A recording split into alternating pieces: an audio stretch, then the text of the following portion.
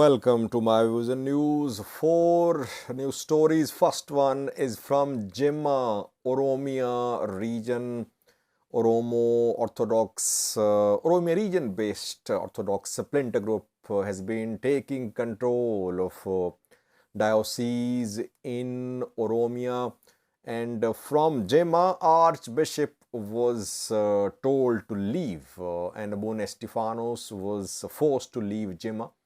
For around 20 years, he had been working as Archbishop there. He was told to go. He then was sent to Addis Ababa, and now Jimma's main church has been surrounded by security forces.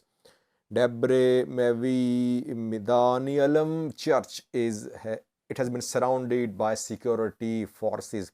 Tensions there because some priests loyal to Orthodox faction at Babune Matthias are still inside the church.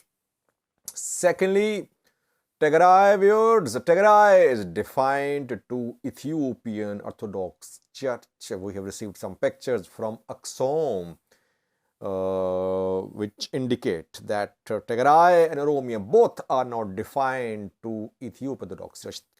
Thirdly, Eritrean President Isaias Afwerki has arrived in Kenya, who welcomed him at the airport. And when William Ruto visited Eritrea a few weeks ago, who welcomed William Ruto at the airport? And lastly, the Las Anod Somaliland.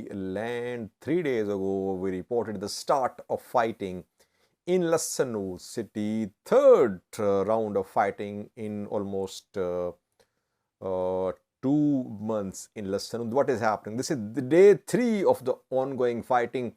Fighting is spreading to nearby areas as well. A military base around 7 kilometers away from Laascaanood has been attacked by local fighters, and some small towns and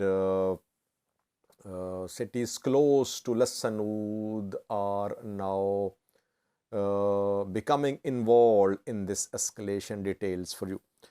Firstly, viewers, Jimma, Oromia region-based new Orthodox faction is trying to take control of diocese in Oromia. Churches are coming under the control of bishops, which are being appointed by this new Orthodox faction, and Abune Serios, Abune Zinemorkos, Abune Vastatius, they are making appointments. Jimma has not been under the control of new faction since the start of the conflict, just around 10 days ago. Though Jimma Archbishop was expelled, Abune Stephanos, for around 2 decades he served in Jimma. He was forced to leave. And then the splinter faction tried to take control of Jimma diocese. But so far we have not seen Abune Tekle Hamanot being at the main church in Jimma. Abune Tekle Hamanot is now the new archbishop appointed by the splinter faction in Jimma.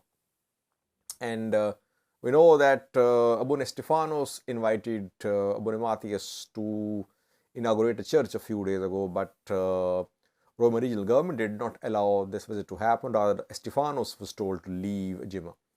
And then Abune Ezekiel, who is archbishop in southwest region, he arrived in Jimma yesterday, but he was arrested because it was being feared by security forces that he could create law and order situation, that he will try to organize Orthodox followers in Jimma. Though it is being said that he wanted to travel from Jimma to southwest where he's working as archbishop, but he was arrested at Jimma airport and he was then packed and sent to Addis Ababa.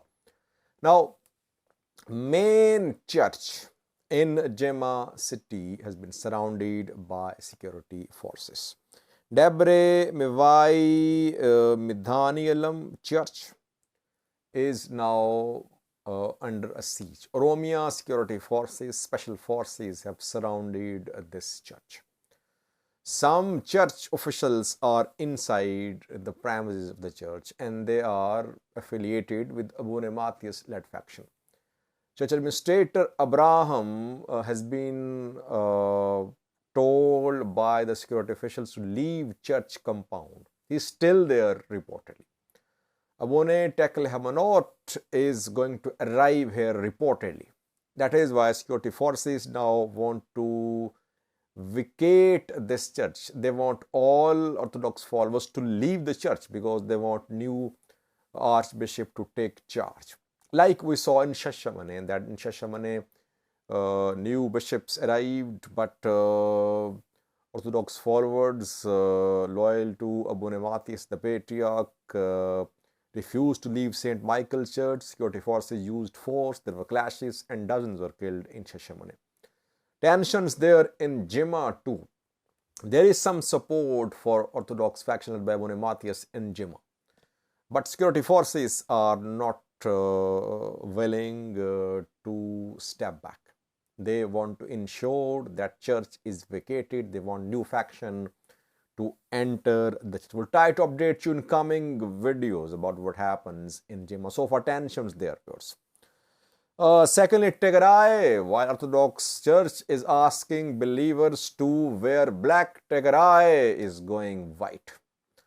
Pictures are being shared from Axom. Tigray is one of main cities where large religious celebrations, religious gatherings have been held in Axom, and today is day 3 of Nineveh fasting. It started on Monday.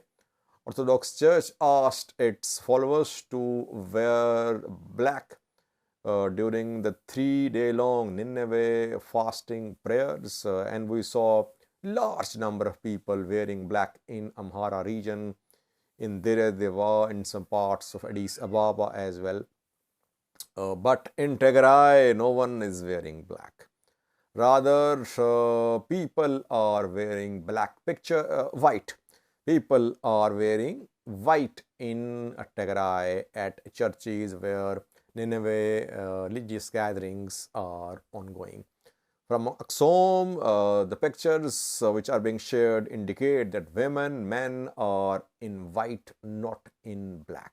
So, Tigray is defined. Oromia is defined too. Orthodox Church of Ethiopia has lost its authority, which it is trying to retake, not through negotiations, but through flexing of muscles. The strategy, will it work? That remains to be seen. But both Tigray and Oromia, they are defined. Yes, there could be some support for Abune Matthias-led Orthodox group in Oromia. We cannot deny that. But I think if this conflict goes on, you'll see that Abune Sarios group will be strengthened in Oromia. And Tigray has already split partially with Orthodox Church. Orthodox Church has lost 2 main regions, it seems, 2 main regional states. Thirdly, Isaias Afwerki, Eritrean President, has arrived in Nairobi, Kenya.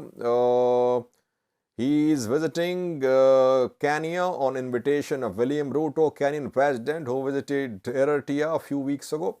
When William Ruto visited Eritrea, he landed at Asmara Airport, and Isaias Afwerki himself welcomed him at the airport. I remember. Read some videos back then. But today, when Isaias Afwerki arrived in Nairobi, Kenya, William Ruto did not care to come to the airport to receive him. Rather, someone from Kenyan government received Isaias Afwerki.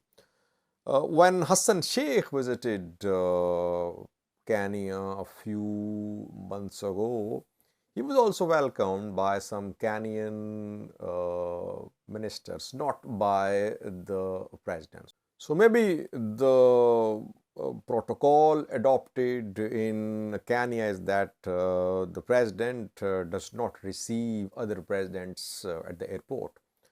Though I think the way Isaias Afwerki warmly welcomed William Ruto in Eritrea, William Ruto should have welcomed Isaias Afwerki in the same manner. That is what hospitality is, but William Ruto was not there at the airport to welcome Isaias Afwerki, Eritrean President. Lastly, viewers, Las Anod Somaliland. Day 3 of fighting. We know that Dhulhabante tribe elders held a week-long conference in Las Anod, where there was fighting some weeks ago, and then Dhulhabante tribal elders held a meeting to determine the future course of their struggle. They have been struggling for years. They want Las Anod Sul to be part of Somalia, not Somaliland. They reject Somaliland administration. A few weeks ago, in fighting, dozens were killed in Las Anod. Then fighting was between Somaliland's forces and locals, and after that we saw start of this conference. And when the tribal elders were due to announce their decision after a week-long meeting, Somaliland's forces and Ishaq tribe fighters entered Las Anod and heavy fighting started. Today is day 3 of this fighting. Western embassies, numerous organizations are issuing statements calling for calm, but there is no calm. Somaliland's forces are involved too, though they are accusing Puntland, neighboring zone, that Puntland is interfering in Las Anod. What we are hearing is that dozens have been killed, though no details shared by the two parties in terms of casualties. But people from the ground say that dozens have been killed. And fighting is spreading. Gojade, there is a military base of Somaliland's forces in Gojade. Gojade is around 7 kilometers away from Las Anod. And Las Anod local fighters have attacked this military base of Somaliland's forces 7 kilometers away from Las Anod. That just indicates fighting is spreading. Secondly, two towns close to Las Anod are the places where fighting is being reported. Tukarak and Gambadhe and Tukarak. Reportedly, there is ongoing fighting. These areas are not in Las Anod, away from Las Anod. So it means that fighting is now spreading from Las Anod into other parts of Sul region. Now, Somaliland's forces, they want to silence opposition. They want to they want to crush this resistance. But the Dhulhabante tribe is resisting. The locals don't want to remain part of Somaliland. Somalia's government has issued a statement calling for calm, that the issue should be resolved peacefully through dialogue. But no dialogue ongoing so far, though Musi Abdi held a long meeting of government ministers yesterday. But he did not announce any thing which could lead to peaceful solution to the conflict. So government is using force. The other side, tribal leaders, local fighters, they are armed as well, but government is using heavy weapons. Reportedly, rockets are being fired. Some say artillery pieces being used. We don't know, but heavy weapons are being used. Mortars are at least being fired at places inside Las Anod. So far, no ceasefire. Fighting ongoing in several places. Thank you for watching.